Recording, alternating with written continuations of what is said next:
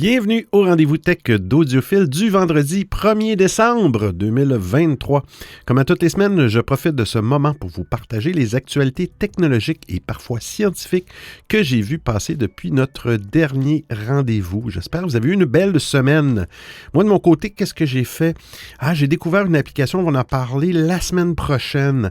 Olvid, O-L-V-I-D, qui est une application de chat, de messagerie encryptée de bout en bout, un peu un compétiteur à Signal et qui fonctionne un peu comme Simplex qu'on avait parlé aussi dans l'émission, qui fonctionne avec des clés cryptographiques et ça semble prometteur. Bref, je fais le tour. La semaine prochaine, je vais faire des tests cette semaine et puis on s'en reparle. Et puis aussi, vous allez sûrement la semaine prochaine, on va parler de la fameuse bourde de M. Musk. On en parle toutes les semaines, mais bon, c'est lui qui décide de faire partie de l'actualité avec son « Allez vous faire foutre !» Allez vous faire foutre! On en parle la semaine prochaine. Bon, ça s'est passé cette semaine, mais bon.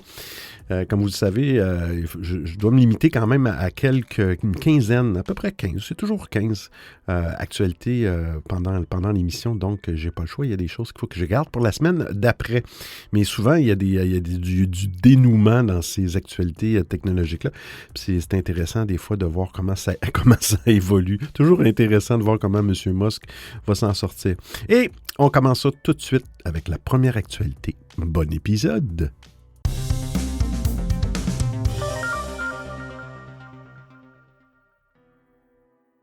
Microsoft 365, l'extension pour Edge et Chrome prend bientôt sa retraite.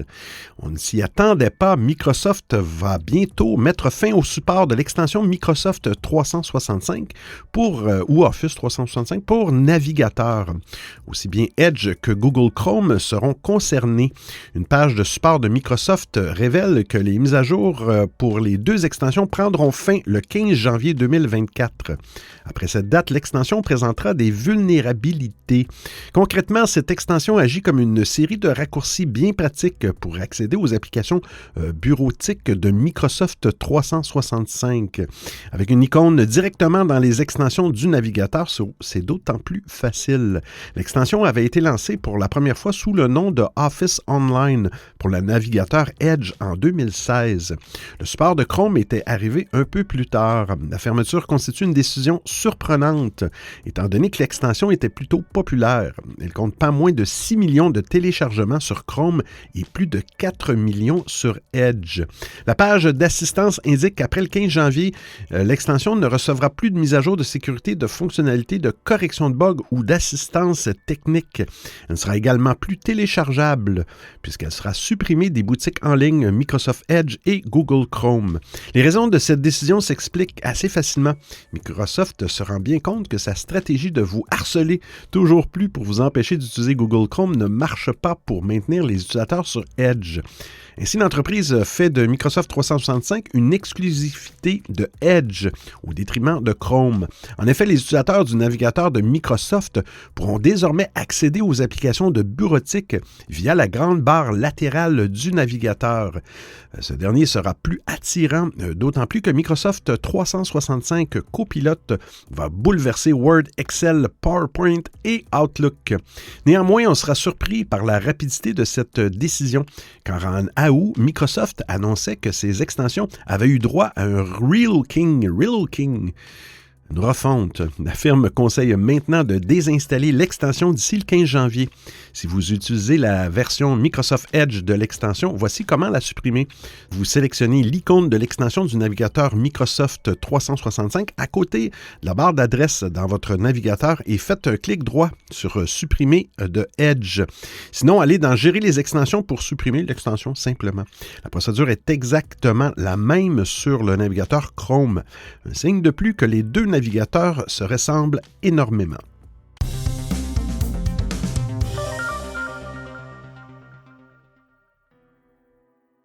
Tim Cook prépare sa succession à la tête d'Apple. Nommé CEO d'Apple en août 2011 et en remplacement de Steve Jobs, qui était très malade, mais Tim Cook a amené le constructeur informatique vers les sommets. Qu'on apprécie ou pas sa gestion de l'entreprise et sa vision, il est indéniable qu'Apple est devenue une des entreprises les plus importantes et les plus rentables du monde. Tim Cook continue de guider la société avec un grand dévouement, ce qui dénote une fidélité, une passion indéniable pour sa mission. Lors d'un entretien avec l'artiste Dua Lipa, dans son podcast de la BBC At Your Service, le patron d'Apple a abordé la question de sa succession à la tête du groupe. Conscient de l'incertitude de l'avenir, il a confirmé que l'entreprise a mis en place une feuille de route détaillée pour sa future direction. Tim Cook veut que le prochain PDG soit choisi parmi les collaborateurs actuels d'Apple, soulignant ainsi l'importance de la continuité et de la compréhension interne de la culture de la société.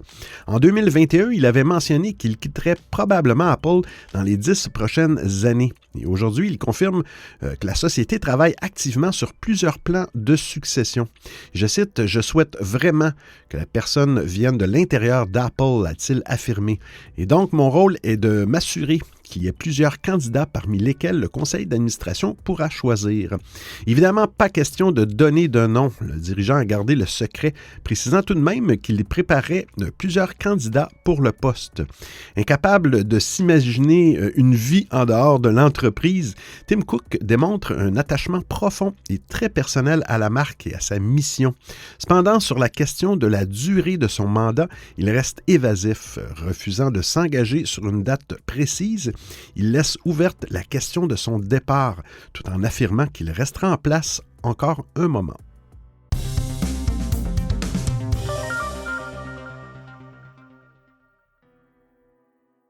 Google Drive, on sait pourquoi certains fichiers disparaissent subitement. Oh.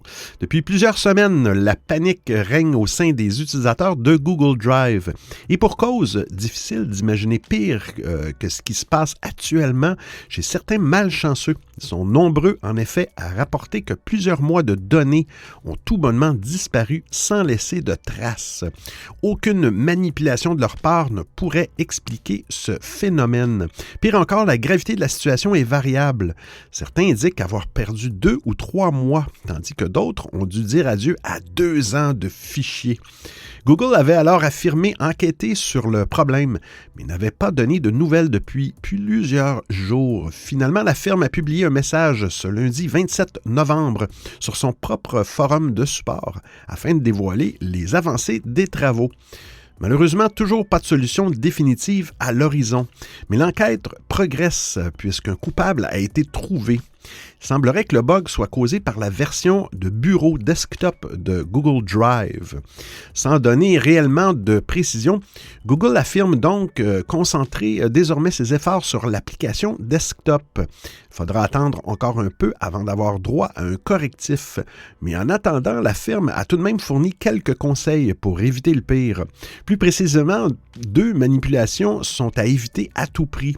Il ne faut pas déconnecter son compte de l'application desktop et il ne faut pas déplacer le dossier de données de Google sur son ordinateur.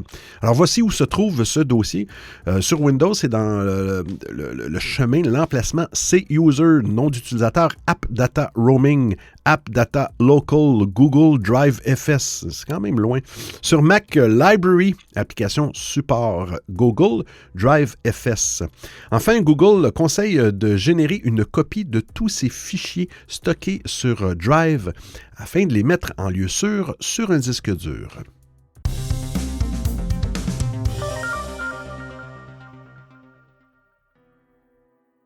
Toujours Google Drive pour iPhone qui se dote d'une fonctionnalité indispensable. De nombreuses personnes ont l'habitude de garder des versions numériques des documents papier, tels que les factures, tickets de caisse, etc. Et pour constituer ces archives, Google Drive propose depuis un moment une fonctionnalité qui vous permet de scanner des documents pour stocker ceux-ci dans le cloud. Le problème est que jusqu'à présent, cette fonctionnalité ultra pratique, pour ne pas dire indispensable, n'était disponible disponible que sur la version Android de l'application. Mais cela change aujourd'hui puisque la fonctionnalité pour scanner des documents sur Google Drive arrive enfin sur iOS. Et je cite, « Nous étendons également la fonctionnalité de scanner Google Drive et de suggestion de titres aux appareils iOS. Désormais, lorsque vous utilisez votre téléphone ou tablette iOS, vous pouvez facilement numériser et organiser numériquement des documents physiques, les recadrer si nécessaire et recevoir des suggestions de titres pertinentes basées sur l'apprentissage automatique, lit-on dans une récente annonce de Google. Comme l'indique Google, l'avantage de cette fonctionnalité, outre son intégration à Google Drive, est qu'elle utilise l'intelligence artificielle pour analyser le contenu du document physique pour suggérer un titre pour le fichier. De ce fait, si vous scannez fréquemment des documents physique, le gain de temps potentiel est très élevé.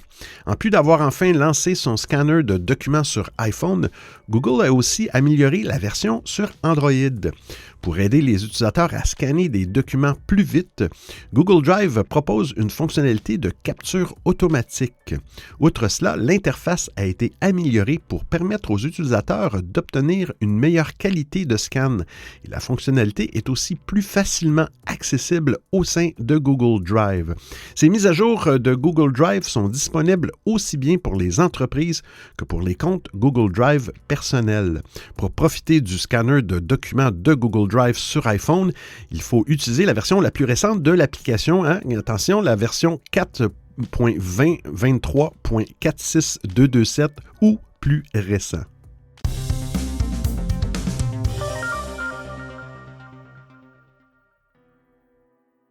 Pixel 8, des bosses apparaissent sur l'écran. Oh là là, le Pixel 8 Pro, le nouveau smartphone de Google, fait l'objet de critiques de la part de certains qui ont constaté des anomalies sur l'écran. Il s'agit de bosses circulaires qui apparaissent sous le verre de protection à différents endroits de son panneau OLED de 6,7 pouces.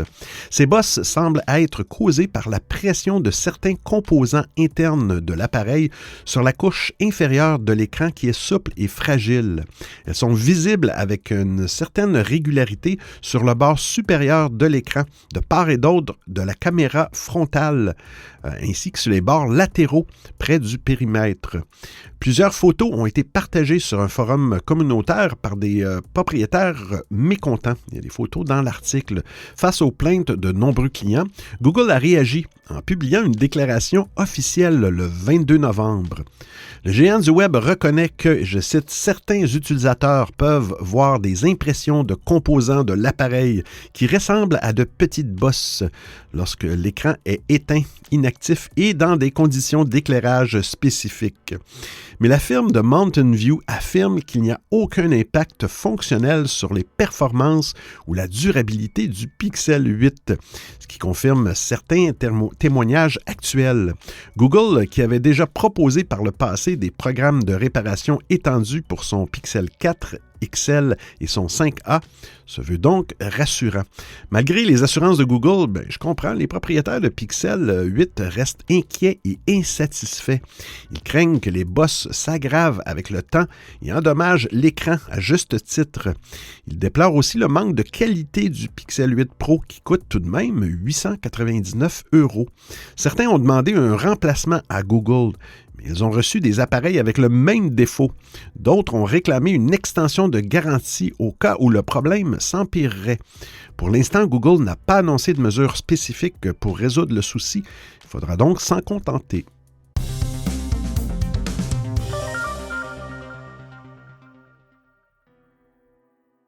Android 14 ne permettra pas aux applications de prendre des captures d'écran sans votre autorisation. En plus de la refonte de la capture d'écran en vidéo, Android 14 introduit une fonctionnalité de détection des captures d'écran qui permet aux applications de s'enregistrer pour recevoir des notifications lorsque l'utilisateur prend une capture d'écran tout en affichant un message d'information à l'utilisateur. Cette fonction vise à créer une expérience plus standardisée et respectueuse de la vie privée pour la détection des captures d'écran, dit Google. Il était auparavant réalisé par des moyens détournés par certaines applications comme Snapchat. Alors, selon 9to5 Google, plusieurs applications ont déjà implémenté cette fonctionnalité fonctionnalités comme l'application allemande Otto, OTTO, qui affiche un message « Otto a détecté cette capture d'écran » lorsque l'utilisateur prend une capture d'écran dans l'application. D'autres applications comme Signal utilisent cette fonctionnalité pour désactiver les captures d'écran dans les conversations privées. Cette option est différente de celle proposée par iOS, qui ne permet pas aux applications de détecter les captures d'écran, mais seulement de les empêcher. En effet, iOS offre la possibilité aux applications de définir le paramètre, là c'est du code User Interface Style et UI User Interface Style Dark, pour rendre le contenu de l'écran illisible lors d'une capture d'écran. Mais cette méthode n'informe pas l'utilisateur que l'application a bloqué la capture d'écran, ni ne permet à l'application de prendre des mesures en conséquence. Android 14 est la dernière version du système d'exploitation mobile de Google qui a été lancé le 4 octobre 2023. Les smartphones Pixel de Google sont les premiers à recevoir la mise à jour, suivis par les autres appareils Android éligibles. Android 14 apporte plusieurs nouveautés comme le contrôle de la taille de la police et des améliorations de la batterie, de la sécurité et de la vie privée.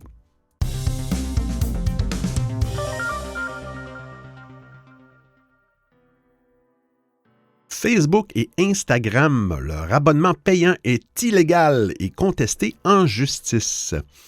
Meta n'a pas tardé à emboîter le pas à X, anciennement Twitter, en lançant son abonnement payant pour Facebook et Instagram.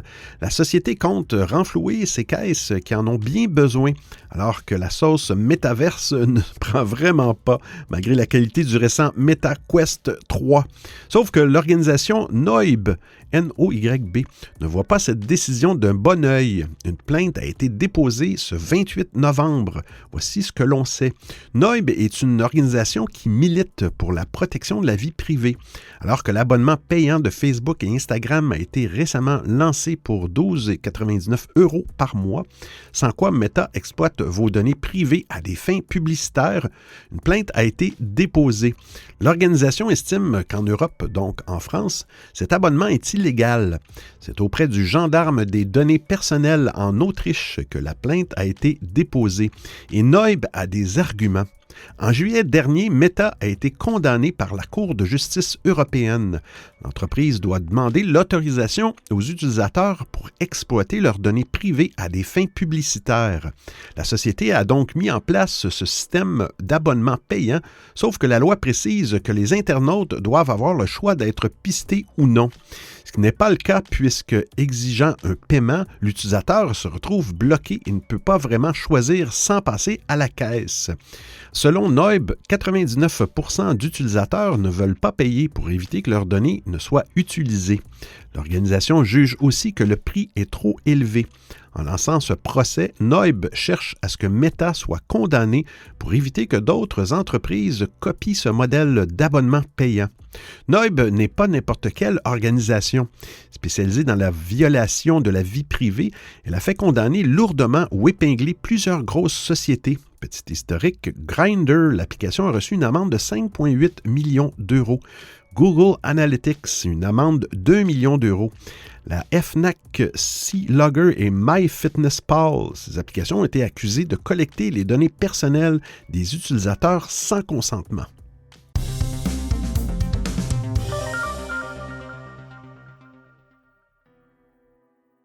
L'intelligence artificielle Grok débarque sur X.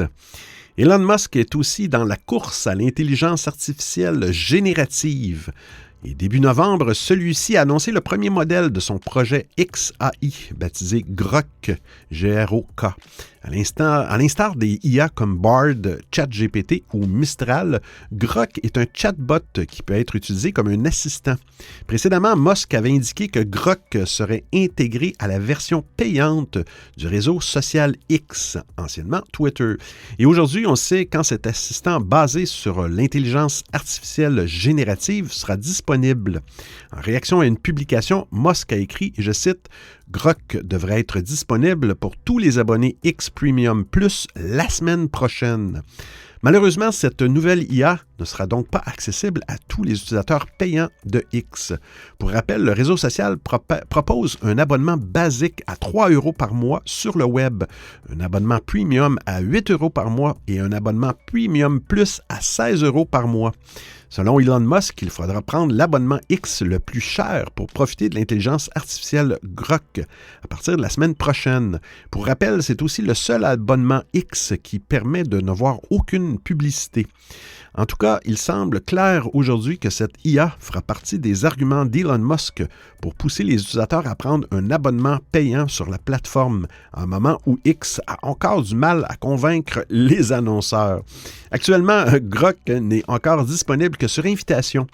Mais quand cette IA sera disponible pour les abonnés Premium Plus de X, on devrait avoir une meilleure idée des performances de celle-ci. Dans son annonce, le laboratoire xAI a indiqué que Grok, sur les benchmarks utilisés par ses créateurs pour tester l'IA, celle-ci n'a été dépassée que par des modèles qui ont été entraînés avec une quantité beaucoup plus importante de données d'entraînement et de ressources de calcul comme GPT-4. Sinon, xAI a aussi mis en avant les connaissances en temps réel de Grok grâce aux données de X. D'autre part, l'annonce suggère que Grok aura moins de limites par rapport aux produits concurrents. Il répondra également à des questions délicates rejetées par la plupart des autres systèmes d'IA, a indiqué xAI. Sinon, il est à noter que Elon Musk envisage aussi de proposer l'intelligence artificielle Grok sur les véhicules Tesla. Et récemment, il a indiqué qu'il allait discuter avec le conseil d'administration de Tesla en réponse à une publication qui a suggéré que Tesla investisse dans xAI. Vous écoutez le Rendez-vous Tech d'Audiophile. X, Elon Musk annule enfin cette mise à jour qui rendait Twitter ou X illisible. Ce n'est un secret pour personne, Elon Musk veut gonfler les revenus de son réseau social X. Outre la multiplication des abonnements payants, le milliardaire n'hésite pas à bousculer les habitudes des utilisateurs. Depuis octobre, les titres des articles partagés n'apparaissent plus sur les vignettes. Seule une image cliquable est mise en avant, sans titre mais aussi sans description. Eh bien, bonne nouvelle, Elon Musk vient de revenir sur cette décision impopulaire. Sur son compte X, premier organe de communication du réseau social, Elon Musk a confirmé le rétropédalage. Et je cite, « Dans une prochaine version, X superposera le titre dans la partie supérieure de l'image d'une vignette URL. » La date de déploiement de la mise à jour n'a toutefois pas encore été annoncée. Sa publication a suscité logiquement un vif enthousiasme à la mesure de l'impopularité de la mesure. Les internautes demandent à Musk, toujours aussi actif malgré le recrutement d'une nouvelle patronne, d'arrêter de toucher à des fonctionnalités appréciées. Outre les vignettes pour les liens, la fin de la gratuité de TweetDeck avait aussi été vivement critiquée. Avec cette décision impopulaire, Elon Musk cherchait surtout à inciter les utilisateurs à rester plus longtemps sur sa plateforme. Je cite, « Notre algorithme tente d'optimiser le temps passé sur X, de sorte que les liens ne reçoivent pas autant d'attention, car le temps passé est moindre si les gens cliquent », expliquait-il. Selon le spécialiste Pierre Bessac, Musk cherchait notamment à se jouer de réglementations imposant aux plateformes de rétribuer les médias pour le partage de leurs liens. Je cite, « Tout le monde, notamment dans le milieu de la presse, tape sur Musk ce matin pour ceci, mais donnons l'histoire complète. Cette décision est une conséquence quasi directe d'une disposition de la Copyright Directive, votée en 2019, demandée à haut cri par la presse Union européenne. Alors que les vignettes d'antan permettaient de savoir en un coup d'œil de quoi l'article parlait, la disparition des titres rendait la veille d'informations beaucoup moins fluide.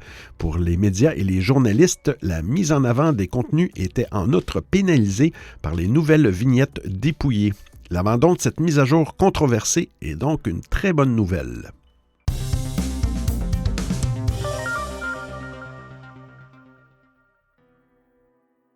Mastodon veut limiter le harcèlement sur son réseau. Le concurrent de X.com affichera des messages d'avertissement pour dissuader certains comportements désagréables. Vous devez le savoir, l'ambiance sur Internet n'est jamais très positive. Insultes, critiques violentes, harcèlement, les comportements toxiques sont légion lorsque les internautes sont derrière leur écran. S'il s'agit de comportements auxquels ces derniers sont confrontés depuis plus de 2 décennies, le travail de modération, lui, ne s'arrête jamais. C'est même l'un des aspects les plus surveillés des réseaux sociaux, qui ne sont rien d'autre que des plateformes d'échange entre les êtres humains. Mais comme vous l'avez probablement entendu, mieux vaut prévenir que guérir. Un message de prévention ou d'information ne coûte généralement pas grand-chose, voire rien du tout. Et c'est même l'approche adoptée par le réseau social Mastodon. Celui-ci vient en effet d'annoncer l'apparition prochaine de petits encarts dans certains cas bien précis, dans le but de réduire la négativité inutile qui découle de l'utilisation d'Internet. Par exemple, lorsque vous répondez à une publication d'une personne avec laquelle vous n'avez aucun lien, un message vous donnera quelques informations sur celle-ci et vous rappellera quelques règles de civilité et d'ouverture d'esprit. Quand même, pour Mastodon, cette fonctionnalité pourrait permettre de ne pas avoir à expliquer quelque chose à un expert dans un domaine donné, pour ne citer qu'un cas parmi tant d'autres. Les utilisateurs souhaitant réagir à des conversations un peu datées auront également droit à un petit rappel. En effet, dès qu'une publication aura plus de 3 mois, la plateforme affichera un message le précisant afin d'éviter les réactions qui se produisent généralement par erreur. Toutefois, il ne s'agit que de rappels qui ne limiteront en rien l'envoi des messages. Cela aura-t-il un effet bénéfique sur l'ambiance au sein de Mastodon et des multiples instances qui le composent? Eh bien, pour l'instant, la plateforme considère qu'il s'agit d'une expérimentation qui sera bientôt déployée sur ses applications Android et iOS. Si les résultats sont probants, la fonctionnalité pourrait aussi arriver sur son interface web. Reste à savoir si d'autres réseaux sociaux s'y tenteront dans les mois à venir.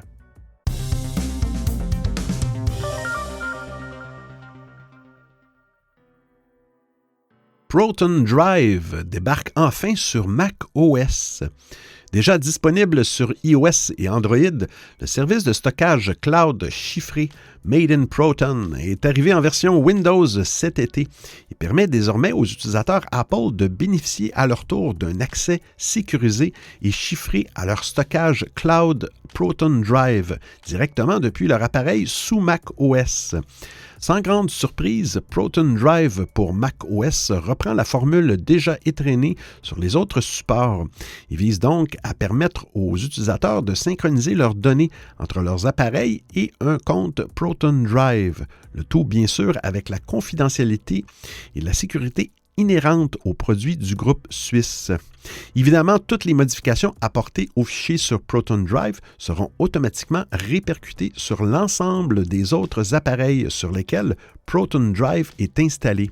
À cela s'ajoute la gestion hors ligne des fichiers ainsi qu'un stockage chiffré, peu importe d'ailleurs que l'on opte pour la version gratuite ou payante de ce service.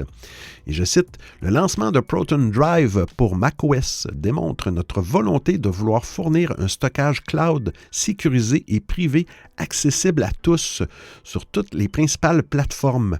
Il ne s'agit pas simplement d'une extension de notre gamme de produits, cela reflète l'engagement inébranlable de Proton à transformer la façon dont les utilisateurs gèrent et protègent leur vie numérique, explique Anand Vijay Singh, chef de produit chez Proton Drive. Comme toujours, Proton assure sécuriser également les métadonnées des fichiers, alors le nom des fichiers et le nom des dossiers, la date de création, les vignettes, sans compter la protection par mot de passe et le partage de liens éphémères pour accéder aux fichiers souhaités. Rappelons que Proton Drive est proposé au travers de diverses formules, à commencer par une offre gratuite permettant de profiter d'un espace de stockage de 1 gigaoctet. On peut également souscrire à des offres de 200 gigaoctets, 500 gigaoctets ou 3 téraoctets. Les deux dernières ouvrant également l'accès aux autres services de la marque, à savoir Mail, Calendar et VPN.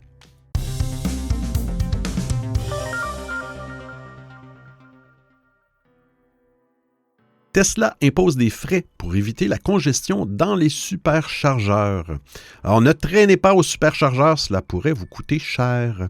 Aux États-Unis, Tesla facture désormais des frais supplémentaires de congestion dans certaines stations de recharge. Concrètement, ces frais s'appliqueront lorsque les superchargeurs seront occupés et que le niveau de charge de la batterie du véhicule dépassera 90 %. Tesla explique que ce dispositif vise à encourager les conducteurs à ne charger leur véhicule qu'au niveau nécessaire pour leur trajet plutôt qu'à 100 %. Cette initiative est censée doper la disponibilité des superchargeurs pour tous les usagers. Selon le constructeur, ces frais de congestion remplaceront les frais d'inactivité dans les stations concernées. Les utilisateurs recevront une alerte via l'application Tesla lorsqu'ils approcheront du seuil de charge déclenchant ces frais. Ils bénéficieront d'un délai de grâce de 5 minutes pour débrancher leur véhicule avant que la douloureuse ne s'applique. Les frais de congestion s'élèveront à 1 $ par minute d'occupation de la borne de recharge après ce délai.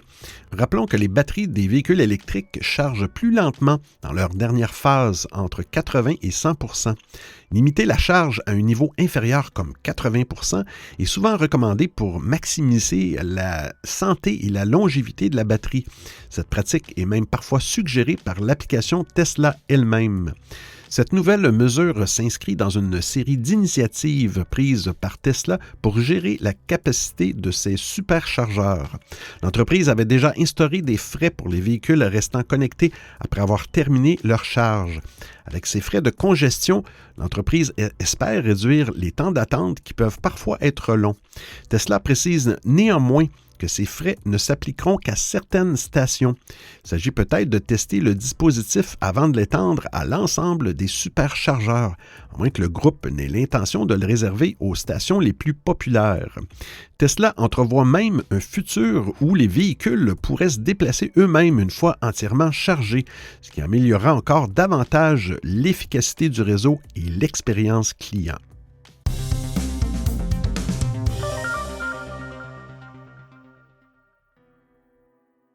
ChatGPT, un projet inquiétant d'OpenAI qui menacerait vraiment l'humanité. Après ChatGPT, OpenAI travaille sur la création d'une intelligence artificielle générale. Son projet serait très avancé et surtout performant à tel point que des chercheurs alertent sur le danger qu'il pourrait représenter pour l'humanité. L'entreprise détentrice de ChatGPT inquiète à cause du projet Q, une intelligence artificielle générale qui aurait atteint un stade de développement trop dangereux pour l'humanité. Le projet Q, étoile, Q-Star, pourrait-il causer la disparition de l'espèce humaine? Peu de temps avant que Sam Altman soit évincé, plusieurs chercheurs ont écrit une lettre au conseil d'administration pour l'avertir d'une importante découverte en matière d'intelligence artificielle qui, selon eux, pourrait menacer l'humanité. Ce courrier aurait justement précipité le départ de Sam Altman en plus d'autres motifs. Le projet Q serait une intelligence artificielle AGI, une technologie encore plus développée que l'intelligence artificielle générative ChatGPT, puisqu'elle est capable d'effectuer n'importe quelle tâche cognitive comme un être humain. Sam Altman ne s'est jamais caché de vouloir mettre au point une AGI capable de surpasser les humains dans la plupart des tâches économiquement utiles, de quoi susciter de l'inquiétude car cela ouvrirait réellement la porte au remplacement de l'humain par la machine comme beaucoup le craignent. Si les chercheurs ont alerté le conseil d'administration, c'est parce que le développement de l'AGI avancerait à une vitesse fulgurante. À ce stade, l'intelligence artificielle générale conçue par OpenAI serait déjà capable de résoudre des problèmes mathématiques du niveau de l'école primaire, selon les deux sources de Reuters.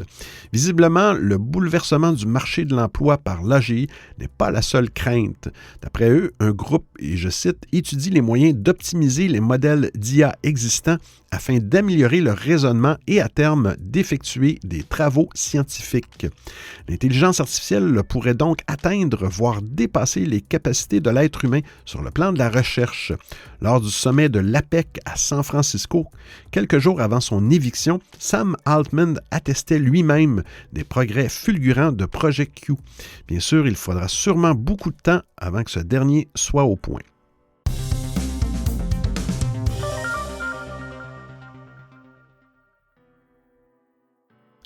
Et Doritos qui lance une intelligence artificielle qui supprime le bruit de ses chips. Vous connaissez probablement déjà les IA de suppression de bruit qui réduisent les bruits d'arrière-plan sur les PC, les smartphones ou les applications de visioconférence. L'intelligence artificielle de Doritos fonctionne de la même manière, mais au lieu de supprimer le bruit de fond, il va supprimer le bruit des mâchements de chips. Le logiciel appelé Doritos Silent est disponible sur PC, mais il pourrait arriver sur d'autres plateformes plus tard. Selon les explications du Wall Street Journal, Smooth Technology, la société qui a travaillé avec Doritos sur ce projet, a enregistré 500 personnes en train de manger des Doritos. Cela a permis de simuler 5000 bruits de mâchements différents. Grâce à ces sons, ils ont pu entraîner une intelligence artificielle capable de séparer les mâchements de chips d'autres bruits, dont les gens qui parlent. Et si l'IA a été entraînée exclusivement avec des Doritos, celle-ci ne devrait pas avoir de problème à supprimer les bruits générés par d'autres marques de chips. Pour utiliser cette intelligence artificielle, il suffit d'installer Doritos Silent sur votre PC. Celui-ci devrait masquer vos bruits de mâchement, peu importe l'application de visioconférence que vous utilisez. Néanmoins, le logiciel a avant tout été conçu pour les joueurs, les gamers. En effet, il s'avère que les gamers adorent grignoter et que les bruits de mâchement peuvent déranger les autres joueurs lorsqu'il s'agit d'un jeu en ligne sur lequel on communique avec un microphone. Cela a été révélé par un sondage réalisé par Doritos auprès de 3000 personnes vivant en Chine, en Inde, au Portugal et aux États-Unis. Par exemple, 90% des personnes interrogées aux États-Unis ont admis qu'ils grignotent en jouant. Mais en même temps, la majorité a indiqué qu'elle est gênée par les bruits des chips quand un autre joueur en mange.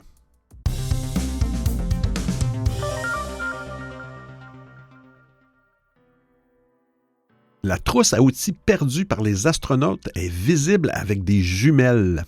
Les deux astronautes de sortie sur l'ISS ont eu un petit coup d'adrénaline supplémentaire il y a quelques jours lorsqu'elles ont laissé échapper par mégarde une trousse à outils. Oups!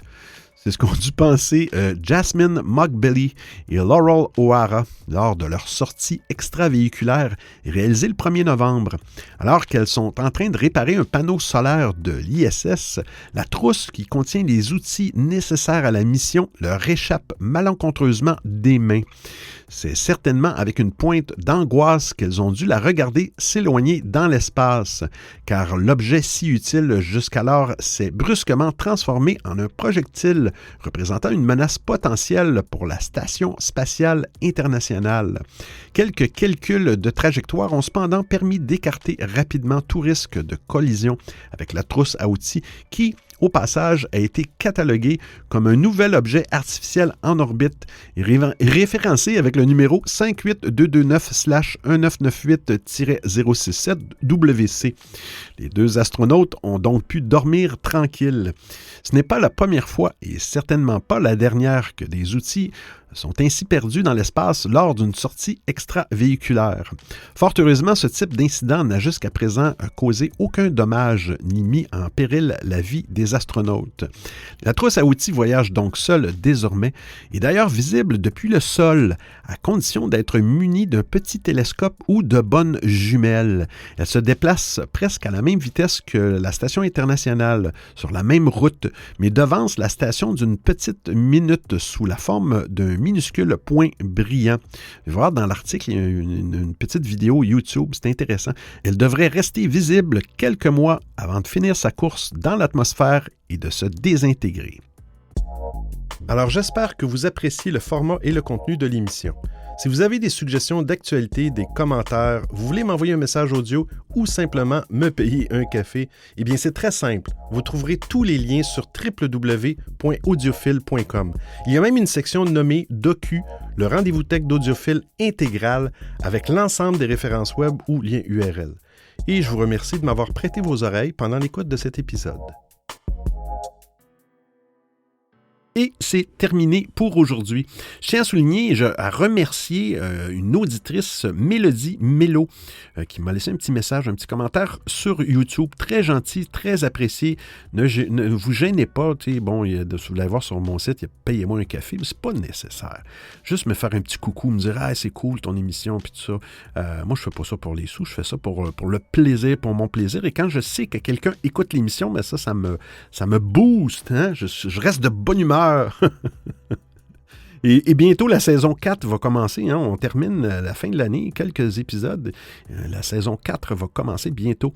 Alors, il ne faut pas être triste. On va se retrouver de toute façon la semaine prochaine et même l'année prochaine pour un autre épisode du Rendez-vous Tech d'Audiophile.